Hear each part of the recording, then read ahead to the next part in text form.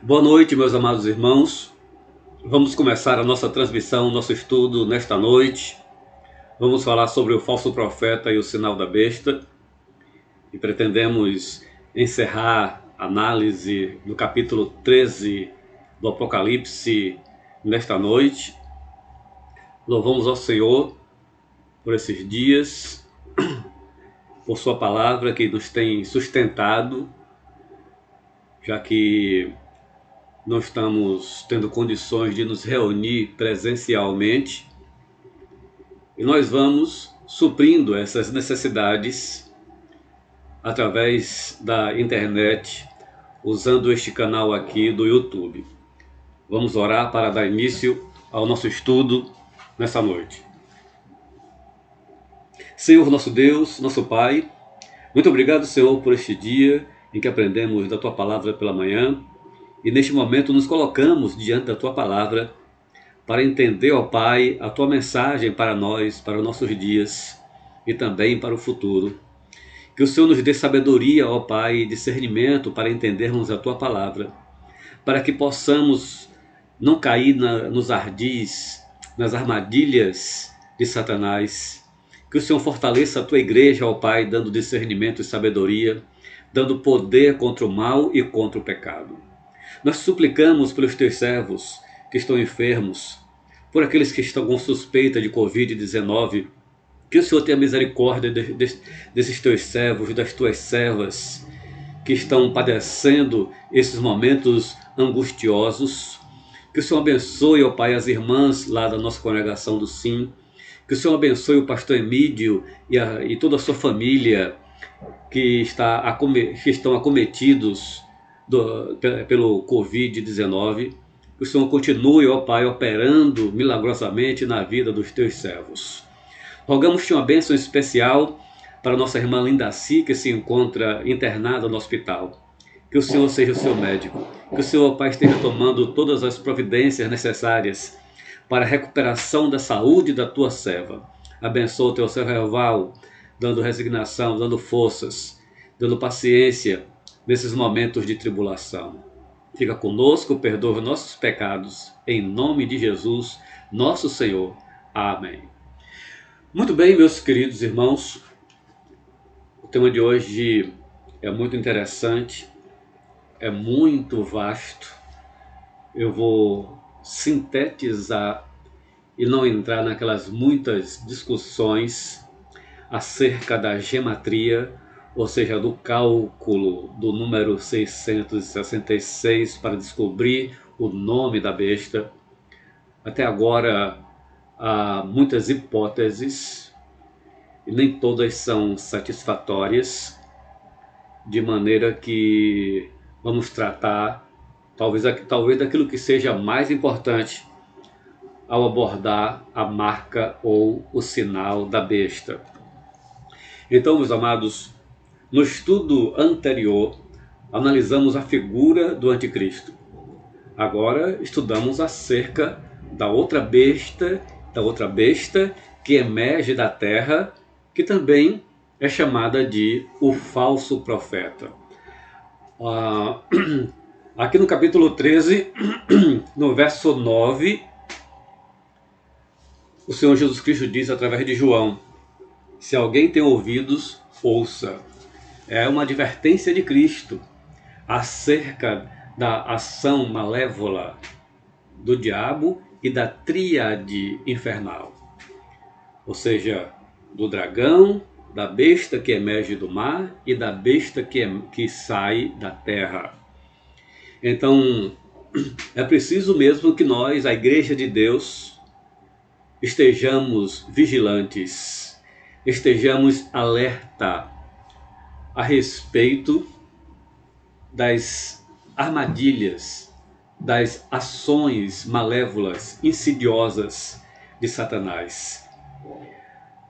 Este capítulo vai nos mostrar que a primeira besta, que é o anticristo, vai exercer o seu poder através da força, do poder civil. A segunda vai exercer o poder religioso. Então a gente vê aí um entrelaçamento entre o poder civil e a religião, com propósitos de servir a Satanás. Então, a segunda besta vai desenvolver um poder religioso, recorrendo à sedução, ao engano, para apoiar o anticristo. Analisamos no estudo anterior que o grande ódio de Satanás é contra Deus. Isso já estava profetizado lá por Daniel, capítulo 7, verso 25.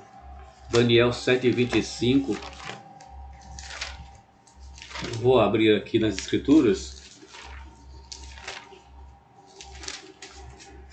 Daniel escreveu o seguinte: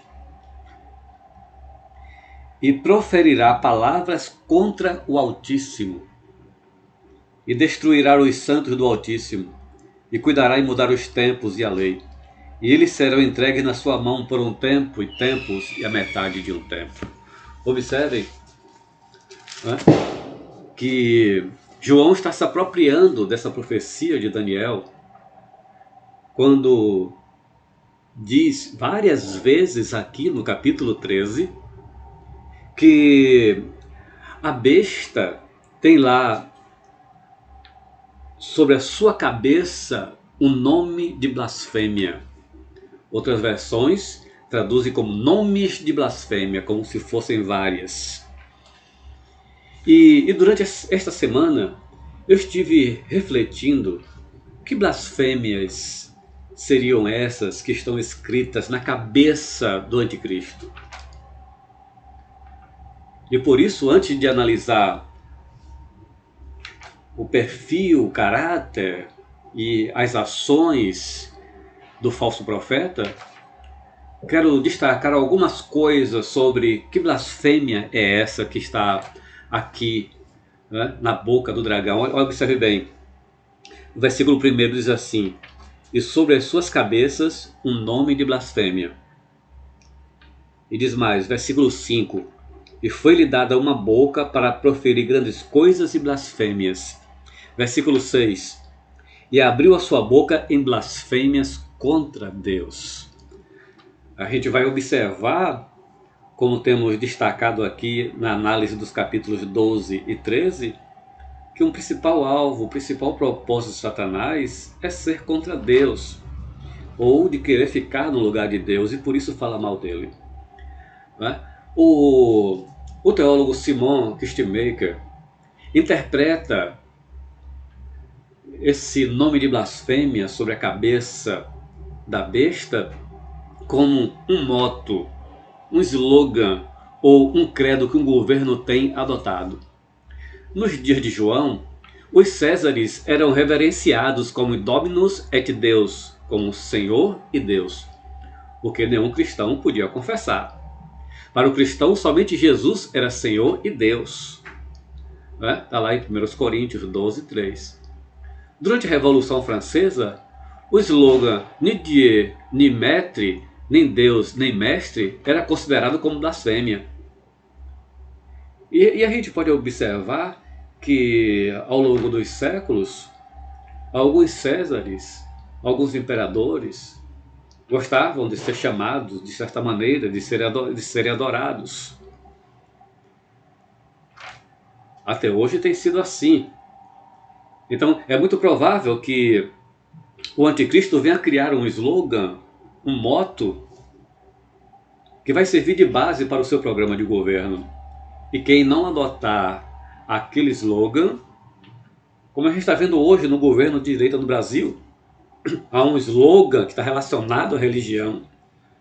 Basta citar esse slogan desse nosso presidente, que todo mundo já vai saber que está se referindo a ele. Então é provável que seja mais ou menos assim na época do anticristo.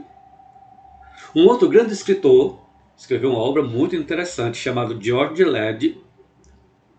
Escreveu o seguinte, observem esse comentário do Led: blasfemar não quer dizer amaldiçoar, como no português, mas fazer ou dizer algo em relação a Deus que profana o nome divino ou viola sua glória e sua divindade.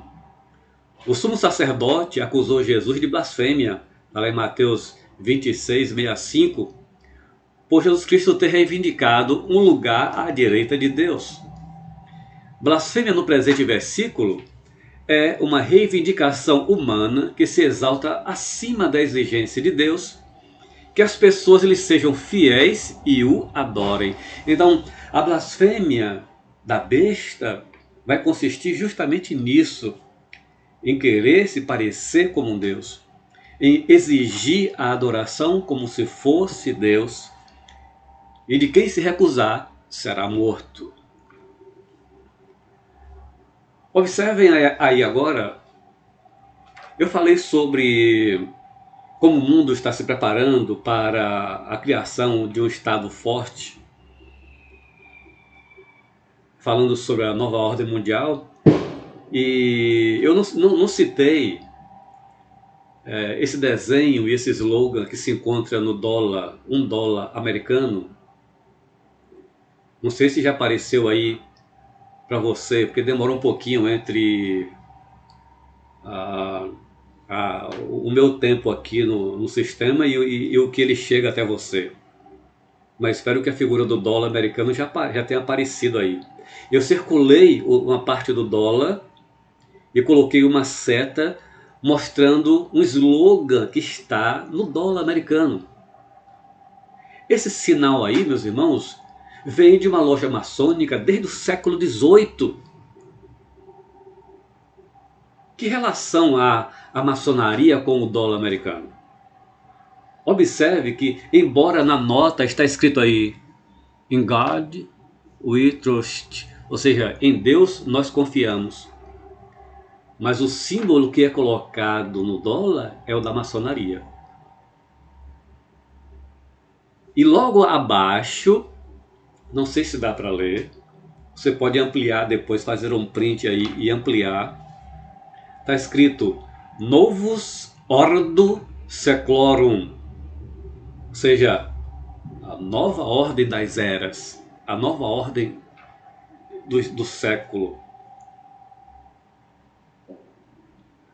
Dá para perceber que há um projeto, uma intenção de imposição do Império Americano, né? Em que a partir do século XVIII eles passam a ter autonomia nacional. Muito bem, voltando para o nosso texto. A primeira coisa que me chama bastante atenção nessa análise do capítulo 13 são as tentativas de Satanás em imitar a Deus e ao Filho de Deus. É incrível isso, meus irmãos.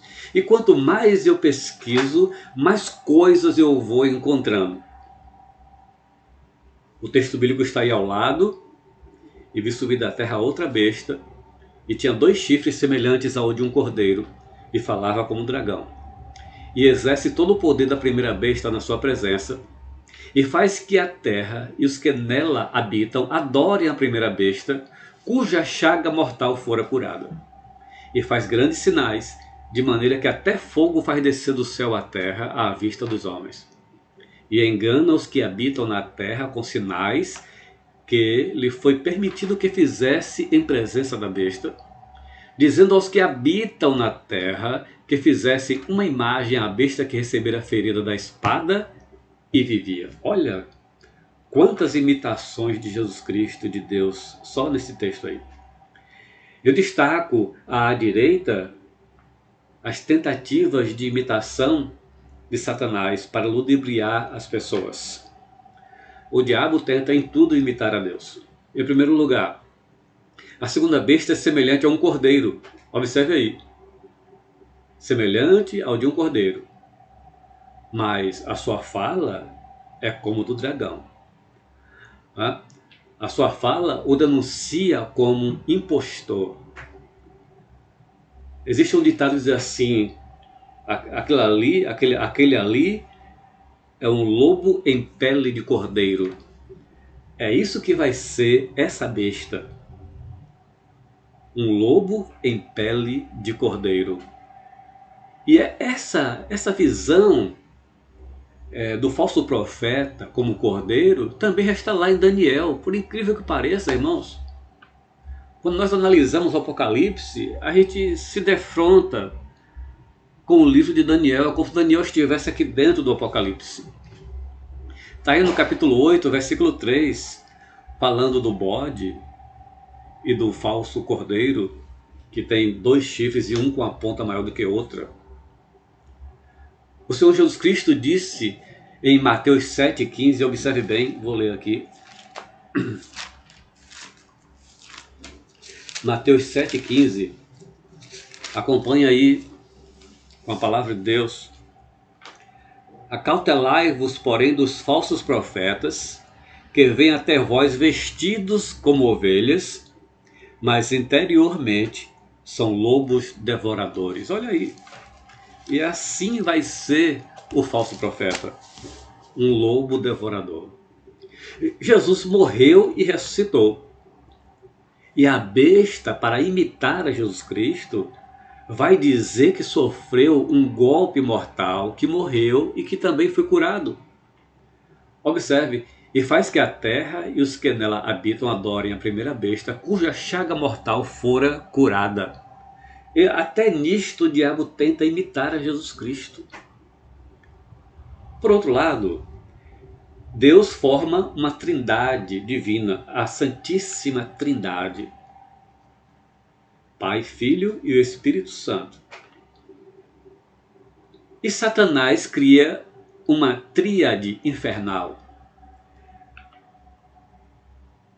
Então, ou seja, Satanás cria uma trindade infernal. O dragão, o anticristo e o falso profeta.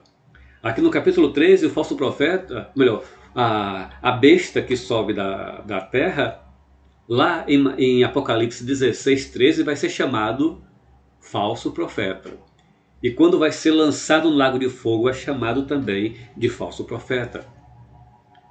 Ora, isso nos faz lembrar o seguinte: Jesus foi introduzido, apresentado em Israel pelo profeta João, o João, o Batista. Está escrito aqui em Marcos, capítulo 1, verso 2. Marcos 1, 2. Diz assim: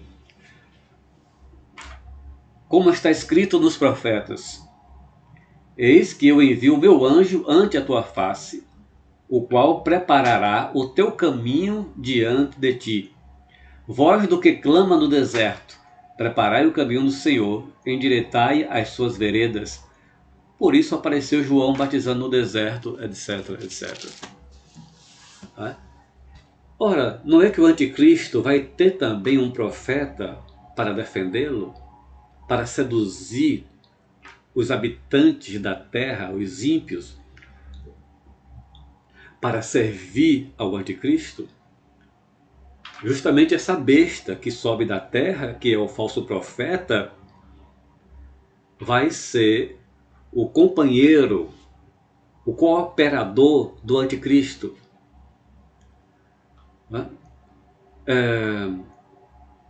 Jesus cria a igreja. Mateus 16:18, referindo-se àquela conversa com Pedro, ele diz... agora fugiu minha mente. E também te digo que tu és Pedro, e sobre essa pedra edificarei a minha igreja. Ou seja, Cristo edificaria a sua igreja sobre si mesmo. Cristo cria uma comunidade de salvos, de redimidos, aqueles que creem nele. Mas o diabo também tenta criar a sua igreja. Mas as tentativas do diabo são sempre terríveis. Jesus Cristo cria a noiva, mas Satanás cria uma mulher prostituta, que o Apocalipse capítulo 17, 4 e 5 vai chamar essa mulher de a grande prostituta. Em tudo a gente vê o fracasso de Satanás. O que ele cria são coisas do mal. Muito bem, meus irmãos, Observe um detalhe que consta aí no verso 13, verso 10, no verso 11, 11 e 12. Observe que a segunda besta não compete com a primeira. Não há rivalidade entre as duas bestas. Na verdade, eles são cooperadores de Satanás. Estão a serviço do diabo para fazer o mal na terra. A besta que sobe da terra se coloca à disposição para servir o anticristo. E o texto bíblico diz o seguinte: e faz grandes sinais, de maneira que até fogo faz descer do céu à terra à vista dos homens. E engana os que habitam na terra com sinais que lhe foi permitido que fizessem em presença da besta, dizendo aos que habitam na terra que fizessem uma imagem à besta que recebera a ferida da espada e vivia. Observe que João usa essa metáfora de uma chaga mortal que a besta recebera através da espada. No relato bíblico, a chaga mortal que o diabo recebera na sua cabeça foi a morte de Cristo na cruz do Calvário. Foi o cumprimento de Gênesis capítulo 3, versículo 15. Cristo na cruz triunfou contra o diabo e os seus anjos e contra toda a potestade. Ali ele esmaga a cabeça da serpente. Observe que o falso profeta fará grandes sinais, embora baseado em engano, como Simão, por exemplo, nas páginas de Atos. Ele vai enganar os ímpios, mas não os santos de Deus. Os santos serão capazes de morrer por amor a Cristo, mas não se deixarão enganar pelos falsos prodígios da besta. Em Mateus capítulo 13, 22, Marcos 13, 22,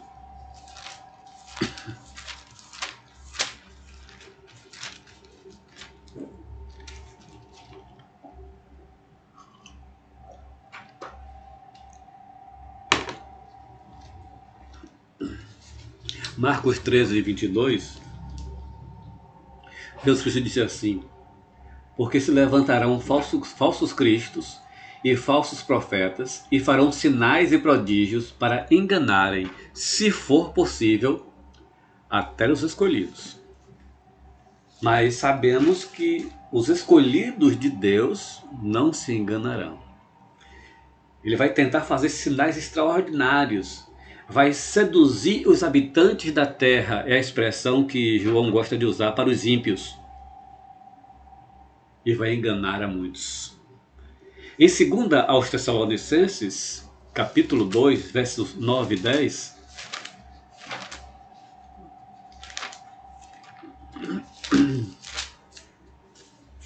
está escrito o seguinte: a esse cuja vinda é segundo a eficácia de Satanás, com todo o poder e sinais e prodígios de mentira, e com todo o engano da injustiça para com os que perecem, porque não receberam o amor da verdade para se salvarem. O apóstolo Paulo descreve perfeitamente como o anticristo vai atuar e de como vai seduzir os ímpios, aqueles que não são servos do Senhor. Ora, meus irmãos, no versículo seguinte, a partir do verso 15, diz o seguinte: e foi-lhe concedido que desse espírito à imagem da besta, para que também a imagem da besta falasse, e fizesse que fossem mortos todos que não adorassem a imagem da besta. Durante essa semana eu estive meditando neste poder que o falso profeta vai ter. esse controle social. Ele vai exigir que todos aqueles que não adorarem a imagem da besta sejam mortos. E isso me fazia lembrar da ordem de Nabucodonosor para que todos de Babilônia adorassem a sua estátua de ouro. Encontra-se lá em Daniel, capítulo 3, verso 6. E a gente sabe que os amigos de Daniel não se dobraram, né? Não se ajoelharam diante da imagem de Nabucodonosor. E o resultado? Foram lançados na fornalha de fogo ardente. Só não foram mortos por um milagre sobrenatural, por algo sobrenatural. Por um milagre, claro, todo milagre tem que ser sobrenatural. Então, o versículo seguinte diz assim: e faz que a todos, pequenos e grandes, ricos e pobres, livres e servos, lhe seja posto um sinal na sua mão direita ou nas suas testas. O pastor George Led diz o seguinte: novamente, o ponto crucial fica bem claro. O conflito não é entre religião e ateísmo ou religião e religião, mas entre Cristo e o anticristo, entre Deus e Satanás. Observe que na antevisão de João do que vai acontecer no período do reinado do anticristo, a questão é rigorosamente religiosa. Quem não adorar a imagem, quem não tiver o sinal da besta, vai ser morto. O falso profeta vai ter esse poder. São dois grupos de pessoas que vai haver naquele período: os que são selados por Deus e os que levam a marca da besta. Hoje, essa conjuntura já está sendo formada. É possível observar que hoje há aqueles que servem ao Senhor e há aqueles que estão a serviço de Satanás e dos valores do mundo, da grande Babilônia.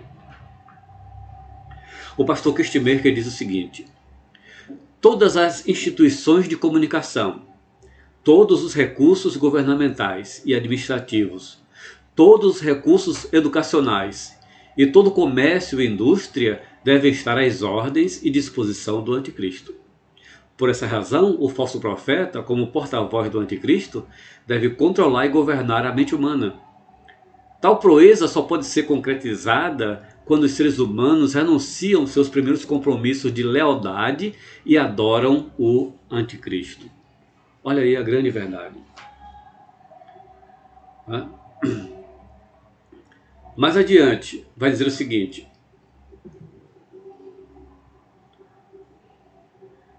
para que ninguém possa comprar ou vender, senão aquele que tiver o sinal. Esse sinal pode ser ou o nome da besta, ou o número do seu nome. Observe como é que João descreve a marca da besta. Pode ser o nome da besta, ou pode ser um sinal que ele venha criar. Ora, é muito interessante dizer o seguinte: não havia essa prática antiga que sirva de pano de fundo para explicar a marca da besta em termos históricos. Isso nunca aconteceu no mundo antigo. De alguém, para comprar ou vender, ter que ter a marca do imperador. Isso não aconteceu. A palavra marca era usada para sinal de propriedade em animais. Até hoje a gente vê algumas fazendas, né, em que o dono marca com aquele ferro quente os seus animais com o símbolo do proprietário. A marca também servia como selo imperial em documentos comerciais e para cunhagem romana de moedas. Os escravos eram marcados na testa, mas isto era sinal de servidão e não de lealdade. Observe a diferença, meus irmãos, de como João vê o futuro. As pessoas não vão receber o sinal da besta na sua mão direita ou na testa por serem forçadas, por serem escravas. Não. elas mesmas vão pedir que o anticristo coloque o sinal. É um ato de lealdade dessas pessoas para com o anticristo e a besta e o falso profeta. A marca da besta tinha utilidade religiosa e econômica. E João prevê que a besta, com a ajuda do falso profeta, assumirá poderes totalitários com controle completo de toda a política, religião e economia do mundo, com o objetivo de levar toda a humanidade a adorá-lo. Não é terrível?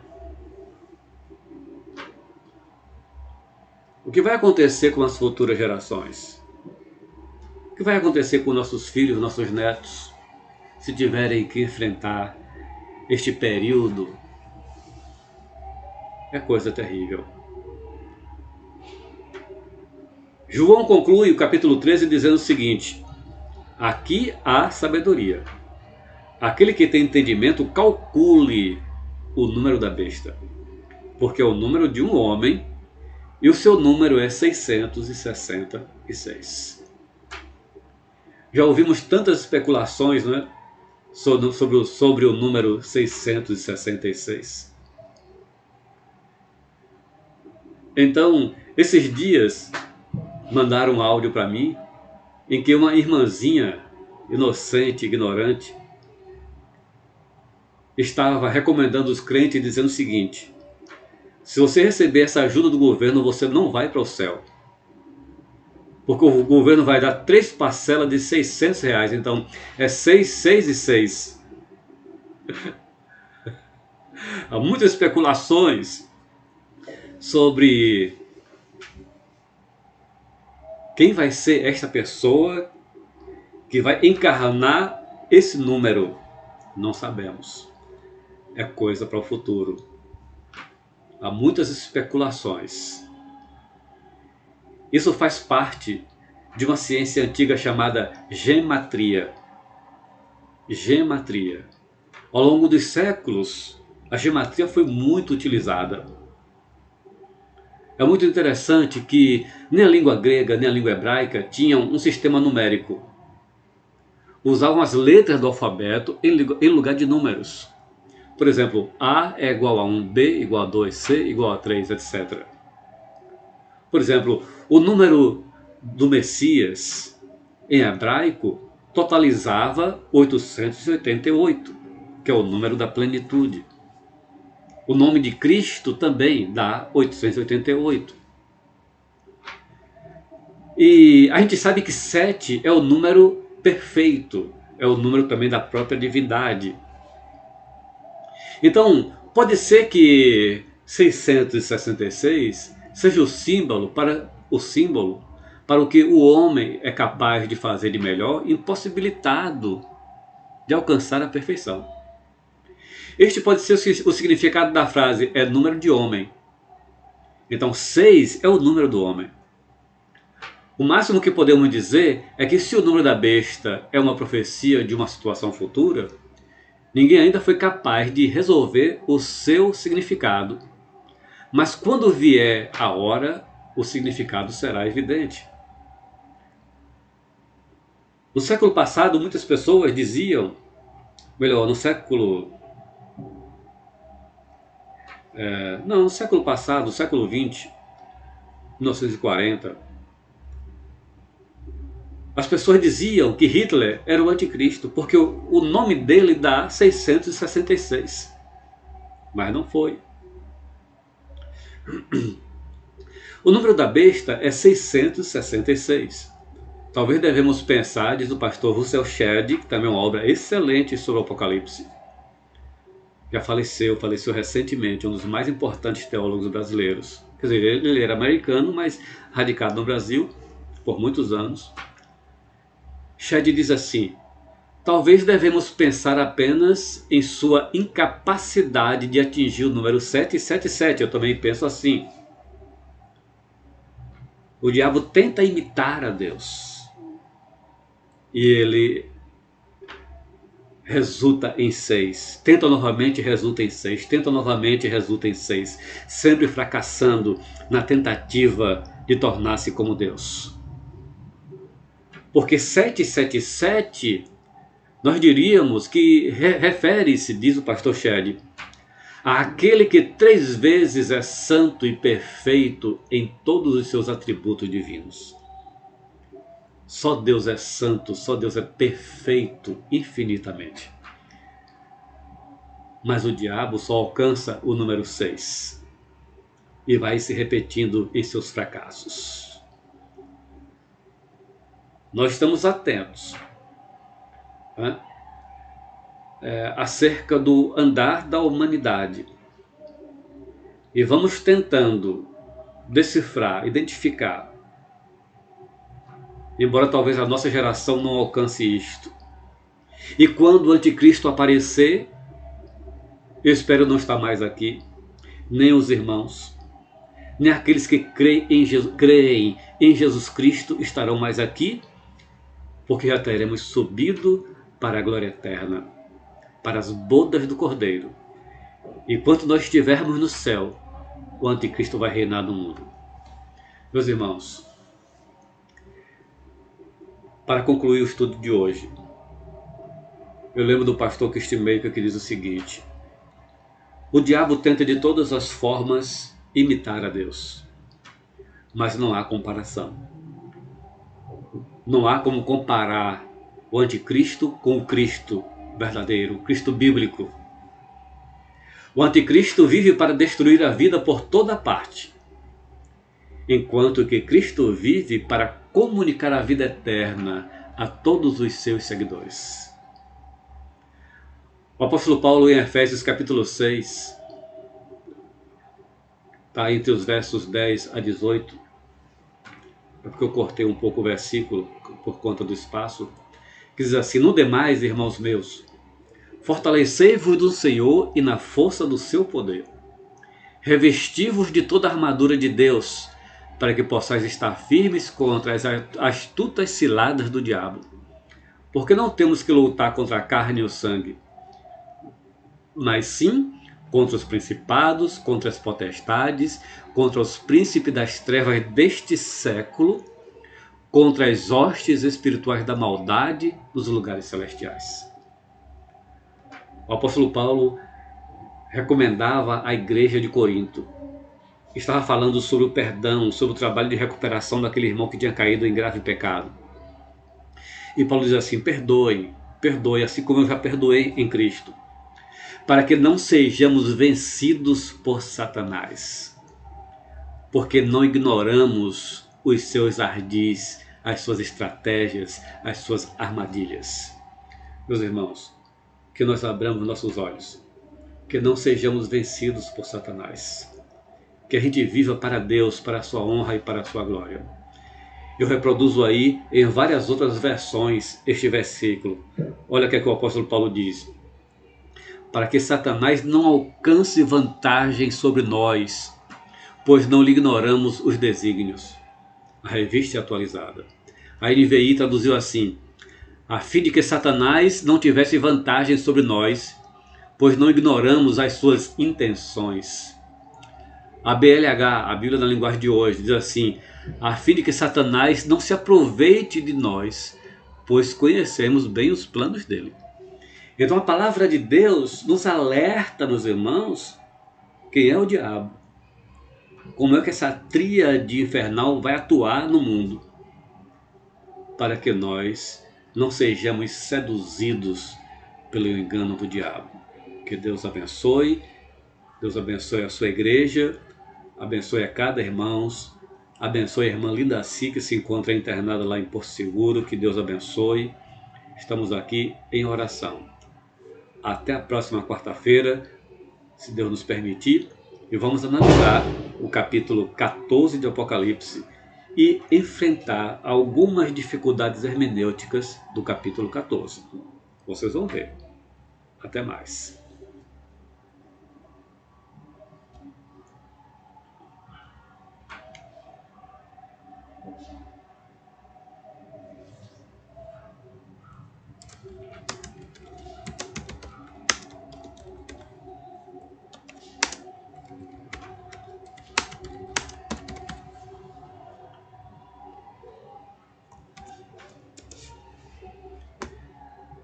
E nada como concluir, irmãos, ouvindo essa música de Arielle Bonatti e Anderson Baroni. Desculpa, não é esse não. É o outro. Esta aqui. Deixa eu passar essa propaganda. Agora, olha que belíssima música. Chama-se Ditosa Cidade, de Arielle Bonatti e Jairo Bonfim.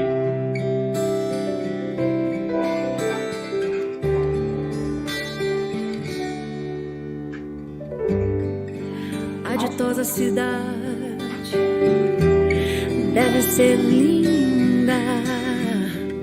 Se eu pudesse, eu iria. Que belíssima música. Agora veria o Senhor. Essa é a esperança do crente. Frente a frente. Ver o Senhor frente a frente. Cantaria naquele imenso coral. Veria anjos e querubins ali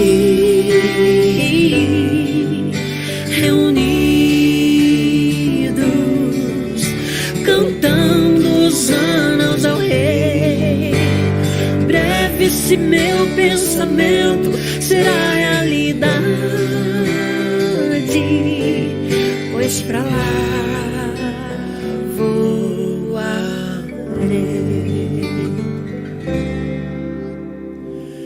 Veria ainda todos os discípulos que andaram por aqui pregando a palavra. Imagina abraçar Paulo e Tiago, ver João, Abraão, Isaac e Jacó. Veria anjos e querubins ali reunidos, cantando hosanas ao Rei. Breve esse meu pensamento será realidade, pois pra lá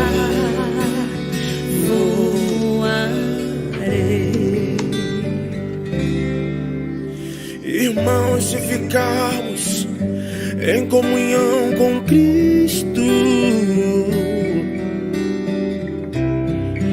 naquela linda cidade nós iremos morar. Veremos ao Senhor frente a frente, cantaremos naquele imenso coral. Seremos anjos e querubins ali reunidos, cantando hosanas ao Rei. Teremos somente prazer e muita alegria para sempre. Amém.